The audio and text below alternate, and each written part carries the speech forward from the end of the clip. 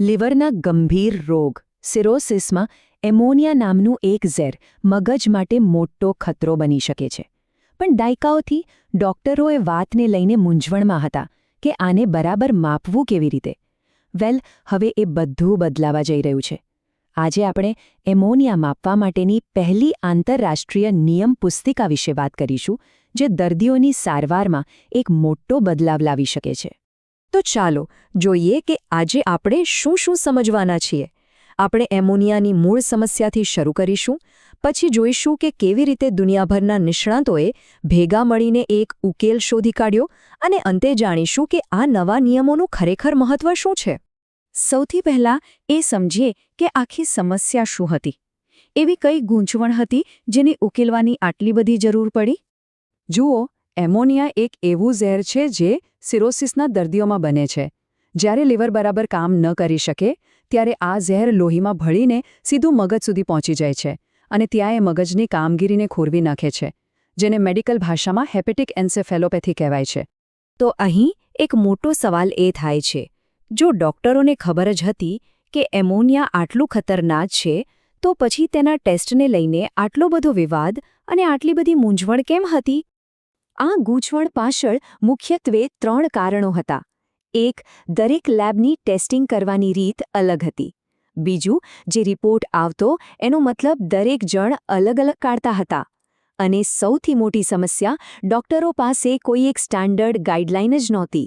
એટલે એમોનિયા, જે એક બહુ જ મહત્વનો સંકેત હોઈ શકે, તે એક ભરોસા વગરનો ટેસ્ટ બનીને રહી ગયો હતો. તો આટલી મોટી ગૂંચવણને ઉકેલવા માટે શું કરવામાં આવ્યું? ચાલો જોઈએ કે મેડિકલ જગતે આ પડકારને કેવી રીતે ઉપાડ્યો. આ કોઈ 1-2 જણનું કામ નહોતું. ના, આ માટે દુનિયાભરના 50 દિગ્ગજ નિષ્ણાતો એકસાથે આવ્યા. એમનો હેતુ એક જ હતો, એવા નિયમો બનાવવા જે આખી દુનિયાના ડોક્ટરો માટે ઉપયોગી, સ્પષ્ટ અને ભરોસાપાત્ર હોય. આ લોકોએ એક ખાસ પદ્ધતિ વાપરી, જેનું નામ છે ડેલ્ફી પ્રક્રિયા. આ કોઈ સામાન્ય મીટિંગ નહોતી. પહેલાં તો સૌથી અગત્યના સવાલો નક્કી કર્યા. પછી એના પર થયેલા બધા જ રિસર્ચનો ઊંડાણપૂર્વક અભ્યાસ કર્યો, અને છેલ્લે એકમત થવા માટે ઘણીવાર વોટિંગ થયું, જેથી દરેક ભલામણ પાછળ મજબૂત વૈજ્ઞાનિક પુરાવા હોય. અને પરિણામ ખરેખર જબરદસ્ત હતું.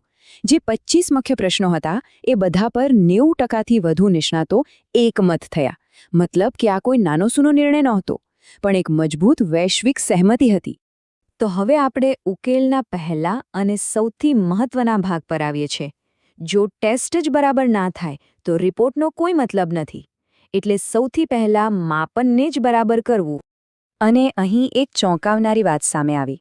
મોટાભાગના ખોટા રિપોર્ટ લેબની ભૂલને કારણે નહોતા આવતા. ના, ભૂલ તો સેમ્પલ લેબ સુધી પહોંચે એ પહેલાં જ થઈ જતી હતી. એટલે કે લોહીનો સેમ્પલ લેવાની અને તેને સાચવવાની રીતમાં જ મૂળભૂત સમસ્યા હતી. તો સાચો રિપોર્ટ મેળવવા માટેની રેસિપી શું છે? બસ આ 3 સિમ્પલ નિયમો યાદ રાખવાના છે. પહેલું, લોહીનું સેમ્પલ લેતા જ તેને બરફ પર ઠંડુ કરો. બીજું, 15 મિનિટની અંદર જ તેને સેન્ટ્રીફ્યુજ કરી લો. અને ત્રીજું, 2 કલાકની અંદર એનું એનાલિસિસ થઈ જવું જોઈએ. બસ આટલું કરવાથી જ પરિણામોની સચોટતામાં મોટો ફરક પડી જાય છે. ચલો, હવે આપણે આ આખી ચર્ચાના હાર્દ પર આવીએ. ડોક્ટરો માટેની નવી, સ્પષ્ટ રૂલબુક.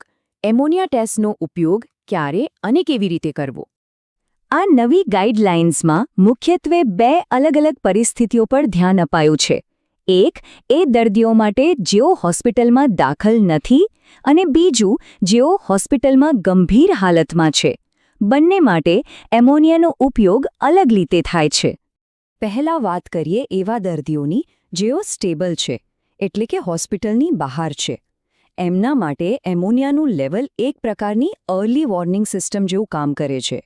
તે ડોક્ટરને એ જણાવવામાં મદદ કરે છે કે કયા દર્દીને ભવિષ્યમાં ગંભીર તકલીફ થવાનું જોખમ વધારે છે. અને અહીં એક ખૂબ જ કામનો આંકડો છે.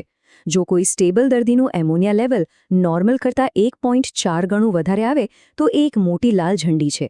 આ સ્પષ્ટપણે દર્શાવે છે કે એ દર્દી પર વધુ ધ્યાન આપવાની જરૂર છે. હવે વાત કરીએ હોસ્પિટલમાં દાખલ દર્દીઓની. અહીં એમોનિયા ટેસ્ટની ભૂમિકા એકદમ બદલાઈ જાય છે. અહીં તે માત્ર ભવિષ્ય બતાવતું નથી, પણ વર્તમાનમાં નિર્ણયો લેવામાં મદદ કરે છે. જેમ કે બીમારીનું નિદાન કરવામાં, પરિણામ કેવું રહેશે તેનો અંદાજ લગાવવામાં અને સારવાર કામ કરી રહી છે કે નહીં તે જાણવામાં.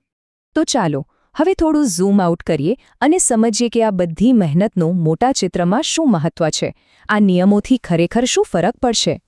આ કામનો વૈશ્વિક પ્રભાવ શું છે એ આ એક વાક્યમાં બહુ સરસ રીતે કહેવાયું છે. આનાથી દુનિયાભરમાં દર્દીઓની સારવારની રીત સુધરશે, નવા સંશોધનોને દિશા મળશે અને નવી દવાઓ બનાવવામાં પણ મદદ મળશે. તો આ આખી ચર્ચાનો સાર એ છે કે પહેલીવાર દુનિયાને એમોનિયા ટેસ્ટિંગ માટે એક સ્ટાન્ડર્ડ મળ્યું છે. આ ડોક્ટરો માટે એક સ્પષ્ટ નિયમ પુસ્તિકા છે, જેનાથી દર્દીઓની સારવાર વધુ સારી થશે અને ભવિષ્યમાં નવા ઉપચારો શોધવાનો રસ્તો પણ ખુલશે. પણ અંતે એક સવાલ જે આપણને ભવિષ્ય તરફ લઈ જાય છે. વિચારો કે જો ડોક્ટર દર્દીના બેડ પાસે જ મિનિટોમાં એમોનિયાનું સચોટ પરિણામ મેળવી શકે તો? એવી ટેકનોલોજી દર્દીની સંભાળમાં કેવી ક્રાંતિ લાવી શકે છે? કદાચ આ ક્ષેત્રનું આગલું મોટું પગલું હશે.